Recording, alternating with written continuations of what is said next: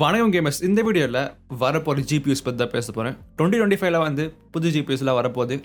இந்த வீடியோவில் வந்து பார்த்தீங்கன்னா லீக்ஸ், அப்புறம் ரூமர்ஸ், இது போல் பல விஷயங்களை கவர் பண்ணலாம். 3 விதமான ஜிபியூஸ் வந்து பேசி ஆகணும். இன்டெல், என்விடியா, அப்புறம் வந்து ஏஎம்டி பற்றி தான்.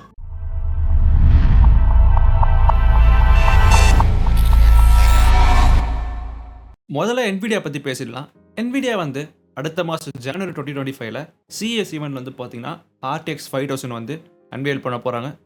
முக்கியமாக ஃப்ளாக்ஷிப் ஜிபியூஸ் தான் வந்து எப்பவுமே ஃபஸ்ட் அனௌன்ஸ் பண்ணுவாங்க. ஸோ முதல் கார்டே வந்து RTX 5090 தான் இருக்க போகுது. 5090 வந்து பெரிய சேஞ்சாக என்ன இருக்குது கேட்டிங்கன்னா, கண்டிப்பாக வந்து CUDA கோர்ஸ் டபுள் பண்ணியிருக்காங்க. ஏன்னா 90 சீரிஸ் பொறுத்த வரைக்கும் வருஷங்களாக அதில் எக்கச்சக்கமாக CUDA கோர்ஸ் இருந்திருக்கு, எக்கச்சக்கமாக VRAM இருந்திருக்கு. ஸோ 3090 வந்து பிகெஸ்ட் ஸ்கேம் பண்ணாங்க. 4090 வந்து ஓவர் ப்ரைஸ் பண்ணி வச்சுருந்தாங்க. பட் 5090 வந்து பார்த்தீங்கன்னா 32 GB VRAMோட வரப்போகுது. மேசிவ் அது கிளியர்லி எவிடென்ட்டு. 5090 வந்து கிளியராக ஏஐ பர்பஸ் நிறைய பேர் யூஸ் பண்ணுவாங்க. ஸோ அந்த கார்டு வந்து பார்த்தீங்கன்னா அல்டிமேட்டாக இருக்க போகுது. CUDA கோர்ஸ் வந்து முன்னாடி ஜென்ரேஷன் 4090யோட டபுள் பண்ணி வச்சுருக்காங்க. அது யோசிச்சு பாருங்கள், மிகப்பெரிய அமௌண்ட் இது. புது ஜென்ரேஷன் RT கோர்ஸ் வர, ஸோ கண்டிப்பாக அந்த இம்ப்ரூவ்மெண்ட் இருக்கும். ஸோ 5000 சீரிஸில் என்ன புது டெக்னாலஜி எடுத்துகிட்டு வராங்க தெரியல. 4000 சீரிஸில் நம்ம DLSS3 ஃப்ரேம் ஜென்ரேஷன் டெக் வந்து எடுத்துகிட்டு வந்தாங்க, அது எக்ஸ்க்ளூசிவ் ஆக்குனாங்க. பட் இதில் என்ன மாதிரி வரப்போ தெரியல, வெயிட் பண்ணி தான் பார்க்கணும். இதோட ப்ரைஸ் வந்து பார்த்தீங்கன்னா கண்டிப்பாக $1900 $2400 வரைக்கும் இருக்க போகுது. பட் பெரிய வால்யூமை செல் பண்ண போகிறது 2 கார்டு தான் இருக்க போகுது ஸ்டார்டிங்கில். அதான் 80 சீரிஸும் 70 சீரிஸும். 80 சீரிஸ் பொறுத்த வரைக்கும் இது வந்து சிக்னிஃபிகண்ட்டாக கட் பண்ணியிருக்காங்க CUDA கோர்ஸை. 5090 வந்து அவ்வளோ பெருசாக இருக்கனால இதுலேயும் கண்டிப்பாக அதிகமாக வச்சிருப்பாங்க, அப்படி கிடையாது. இது வந்து 4080 CUDA கோர்ஸ் வந்து பார்த்தீங்கன்னா பெரிய வித்தியாசம் வரலை. ஸோ இது வந்து பார்த்தீங்கன்னா ப்ரைமரிலி VRAM தான் இருக்க போகுது. இது வந்து பார்த்தீங்கன்னா GDDR7 தான். VRAM சைஸில் இம்ப்ரூவ்மெண்ட் இல்லை 4080 ஸோ இது கிளீனாக தெரியுது. வெல், முன்னாடி ஜென்ரேஷன்லேருந்து பவர் கன்சப்ஷன் வந்து கம்மியாகல, இன்க்ரீஸ் ஆக போகுது. 5090 மட்டுமே தனியாக பவர் சப்ளை போகிற அளவுக்கு தேவைப்படும். 600 வாட் சொல்கிறாங்க. அப்புறம் வந்து இந்த 5080 வந்து கிட்டத்தட்ட 400 வாட் சொல்கிறாங்க. 400 வாட்ஸ் வந்து ரொம்ப அதிகம். இப்போதைக்கு 4080 வந்து பார்த்தீங்கன்னா 330 வாட்ஸு. வெல், AMD இன்டெல் வந்து பார்த்தீங்கன்னா எஃபிஷியன்சி வந்து ரொம்ப ஃபோக்கஸ் பண்ணுறாங்க. பட் என்விடியா வந்து பார்த்தீங்கன்னா ரா பர்ஃபார்மன்ஸ் போகிறாங்க. பவர் வந்து எக்கச்சக்கமாக இருக்க போகுது கண்டிப்பாக. வெல், 5080 வந்து பார்த்தீங்கன்னா 4090 அளவுக்கு பர்ஃபார்மன்ஸ் இருக்க போகுது. VRAM அந்த அளவுக்கு இல்லைனாலும் வந்து பார்த்தீங்கன்னா CUDA கோர்ஸ் வந்து மேட்ச் ஆகுது. ஸோ அதனால் கண்டிப்பாக வந்து உங்களுக்கு அதே மாதிரி பர்ஃபார்மன்ஸ் இருக்க போகுது. நெக்ஸ்ட் 5070 Ti வந்து பார்த்தீங்கன்னா முன்னாடி வரப்போகுது கண்டிப்பாக.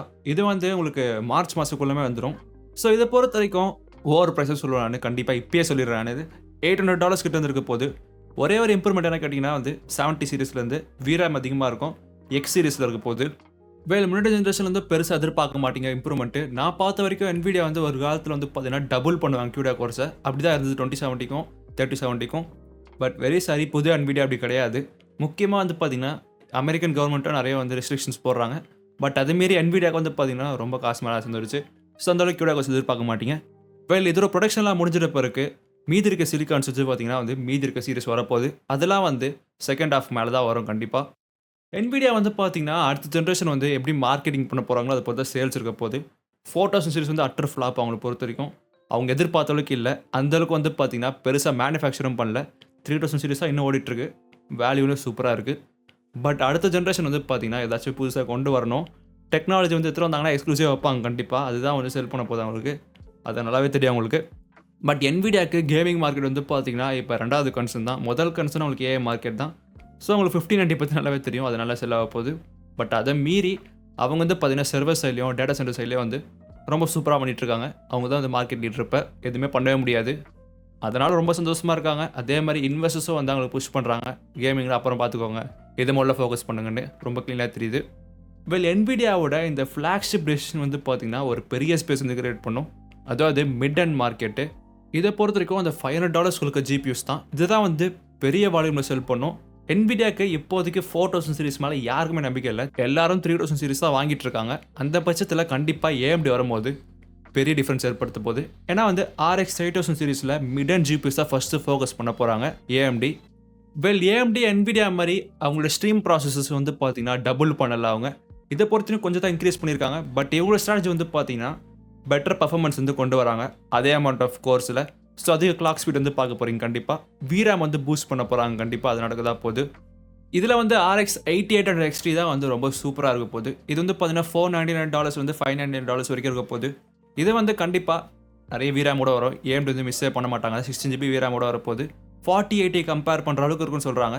ஸோ நல்ல டீல் தான் ஆக்சுவலாக என்னை பொறுத்த வரைக்கும். ஜனவரி மார்க்கெட்டில் வந்து பார்த்தீங்கன்னா நிறைய ஃபோட்டோஸ் இன்ஸ்டியூஸ் கார்டு இருக்காது. ஏன்னா வந்து நிறைய சேல்ஸில் இப்போயே போயிடுச்சு. புதுசாக வந்து NVIDIA மேனுஃபேக்சர் நிலைமையில இருக்க மாட்டாங்க. ஸோ அதனால வந்து கண்டிப்பாக AMDக்கு ஒரு பெரிய கேப் கிடச்சிருக்கு. ஸோ கேமர்ஸும் கண்டிப்பாக நல்ல டீல் இருக்குது. நிஜமாக சொல்லணும்னா நல்லா தான் இருக்க போகுது. ரே ட்ரேசிங் வந்து கண்டிப்பாக இம்ப்ரூவ் பண்ணியிருப்பாங்க. அதே மாதிரி 8700 XTO இருக்குது. அதில் வந்து பார்த்தீங்கன்னா ஒரு 1000 ஸ்ட்ரீம் ப்ராசஸர் இல்லை. பட் இருந்தாலும் நல்ல சூப்பராக இருக்க போகுது. நம்மளோட முக்கியமான செக்மெண்ட் வந்து பார்த்தீங்கன்னா 8600 XT தான். இது வந்து கண்டிப்பாக ரொம்ப சூப்பராக இருக்கும். 12GB RAM அது 3060 வந்து ஒரு மார்க்கெட் கிரியேட் பண்ணிச்சு பார்த்தீங்களா, அதே மாதிரி இருக்க போகுது. இது வந்து கண்டிப்பாக என்ன பொறுத்த வரைக்கும் கரண்ட் ஜென் 7800 கம்பேர் பண்ணுற மாதிரி இருக்கும்னு நினைக்கிறேன். நடுவில் இந்த நியூஸ் சொல்லி ஆகணும். NVIDIA GeForce எக்ஸ்பீரியன்ஸ் வந்து ரீப்ளேஸ் பண்ணுறாங்க. இது வந்து NVIDIA ஆப்போட. ஸோ இது வந்து ஃபுல்லாக மாறப்போகுது. நீங்கள் வந்து அப்டேட் பண்ணிக்கலாம். இதில் வந்து ஆல்ரவுண்ட் எக்ஸ்பீரியன்ஸுன்னு சொல்கிறாங்க. ஓவரால் பண்ணி வச்சிருக்காங்க. ஃப்ரீ ரிவார்ட்ஸை தந்திருந்தாங்க. முன்னாடி வந்து பார்த்தீங்கன்னா கேம் பாஸ் 3 மாதம் ஃப்ரீயாக கொடுத்துருந்தாங்க. அந்த மாதிரி டீல்ஸ்லாம் இருக்குதுல்ல.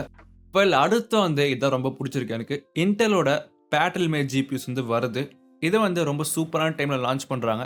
AMD அனௌன்ஸ்மெண்ட் முன்னாடியும் NVIDIA அனௌன்ஸ்மெண்ட் முன்னாடியும் அவங்க வந்து அடுத்த மாதம் பாதிக்கு மேலே தான் கார்டை ரிலீஸ் பண்ண முடியும். பட் இன்டெலோட புது ஜென் GPUs வந்து பார்த்தீங்கன்னா அடுத்த வாரமே ரிலீஸ் ஆக போகுது. இது நல்லா இருக்கு. ஏன்னு கேட்டிங்கன்னா ரொம்ப கிளீனாக தெரியுது. அவங்க ப்ரைஸ் ரொம்ப சூப்பராக வச்சுருக்காங்க. ஸோ $270 வந்து பார்த்தீங்கன்னா ஒரு டீசெண்டான மிட் ஹை அண்ட் கார்டு வந்து கிடைக்கும் B580 மூலமாக. இன்டலோட ஃபர்ஸ்ட் ஜென்ரேஷன் கார்ட்ஸ் வந்து பார்த்தீங்கன்னா கிளியராக ஒரு பேட்டா டெஸ்டிங் மாதிரி இருந்தது. பட் செகண்ட் ஜென்ரேஷன் கார்ட்ஸ் வந்து பார்த்தீங்கன்னா கொஞ்சம் டீசெண்டாக இருக்குது. நல்ல பர்ஃபார்மன்ஸ் வந்து ப்ராமிஸ் பண்ணுறாங்க. B580 வந்து பார்த்தீங்கன்னா 4060 பெட்டராக இருக்கும்னு சொல்கிறாங்க. 4060 வந்து 30,000 கீழே தான் இருக்குது. இது லான்ச் பண்ணுறதும் அதே ரீஜன் தான் இருக்கும். பட் பெரிய ஸ்ட்ரென்த் பாயிண்ட் எங்கே இருக்குது கேட்டிங்கன்னா வந்து அந்த VRAM சைஸில் தான். B580 சரி B570 சரி ரெண்டுத்துல வந்து பார்த்தீங்கன்னா டீசெண்டான VRAM இருக்குது. ஸோ 12GB VRAMோ 10GB VRAMோ இருக்குது. இப்போ தான் வந்து எம்பார்கோ வந்து ரிலீஸ் பண்ணுறாங்க. ஸோ இன்னும் நிறைய பெஞ்ச் மார்க்ஸ் வந்து பிறகு கண்டிப்பாக நான் தனி வீடியோ போடுறது பற்றி. ஸோ நிறைய எக்ஸலன்ட் கார்ட்ஸாக தான் இருக்குது. நிறைய பேர் ப்ரைஸ் பண்ணுறாங்க. இதில் வந்து என்ன பெரிய அட்வான்டேஜ் கேட்டிங்கன்னா வந்து நிறைய டெக் இருக்குது. AV1 என்கோடர் சப்போர்ட்லாம் இருக்குது. ஸோ ஸ்டார்ட் அப் ஸ்ட்ரீமர்ஸ்லாம் வந்து பார்த்தீங்கன்னா கண்டிப்பாக ஹெல்ப் பண்ணும் இந்த கார்டு. B570 ப்ரைஸ் வந்து பார்த்தீங்கன்னா எக்ஸலண்ட்டாக இருக்குது. $219 சொல்கிறாங்க. மிட் அண்ட் PC பில்ட் பண்ணுறவங்களுக்கு பெரிய அட்வான்டேஜ் கிடைக்க போகுது. இப்போ நிறைய ஆப்ஷன்ஸ் இருக்குது. ஸோ கண்டிப்பாக நிறைய சேல்ஸ் வரும். இது மூலமாக வந்து ப்ரைஸ் நம்மளுக்கு தான் வந்து பெட்டராக கிடைக்கும். ஸோ வெயிட் பண்ணி பார்ப்போம் எப்படி பெஞ்ச் மார்க் இருக்குன்னு. மேபி இந்த 3 கார்டையும் வந்து நம்ம கம்பேர் பண்ணி பார்க்கணும். ஸோ இப்போ GPU வாங்குறது வந்து பார்த்தீங்கன்னா அட்வைசபிளாக கேட்டிங்கன்னா எல்லாமே ப்ரைஸ் பொறுத்து தான் இருக்குது. பழைய ஸ்டாக் வந்து ரொம்ப சீப்பான ரேட் கிடச்சிதுன்னா வாங்கலாம். 4060 ரேட்லாம் கம்மியாகிட்டு தான் வருது. பட் இதோட VRAM வந்து பார்த்தீங்கன்னா ரொம்ப ரொம்ப த்ரெட்னிங்காக இருக்குது. 8GB VRAM வந்து பார்த்தீங்கன்னா ஃபியூச்சர் கிடையாது கண்டிப்பாக. இப்போ நான் கூட 3070 வச்சுட்டு VRAM வந்து பெரிய ப்ராப்ளமாக இருக்குது. AMDோட புது கார்ட்ஸ் வந்து நிறைய ஆப்ஷன்ஸ் வரப்போகுது. ஸோ வெயிட் பண்ணுங்கள் அதுக்கு. யூஎஸில் இப்போ கவர்மெண்ட் மாறுது. அதனால் வந்து பார்த்தீங்கன்னா NVIDIA சைனா மேலே இருக்க டிபெண்டன்சி வந்து கம்மி பண்ண பார்ப்பாங்க. ஸோ நிறைய டேக்ஸ் போடுவாங்க. நம்ம ஊரில் கதை தெரியும் உங்களுக்கு. ஏற்கனவே வந்து டேக்ஸ் நிறைய போடுறாங்க GPUஸ்லாம். அதெல்லாம் கண்டினியூ தான் ஆகும். NVIDIAவோட இந்த ரைஸ் வந்து பார்த்தீங்கன்னா நிறைய பேர் ப்ராஃபிட் தான் பண்ண பார்ப்பாங்க. க்ளீனாக தெரியுது.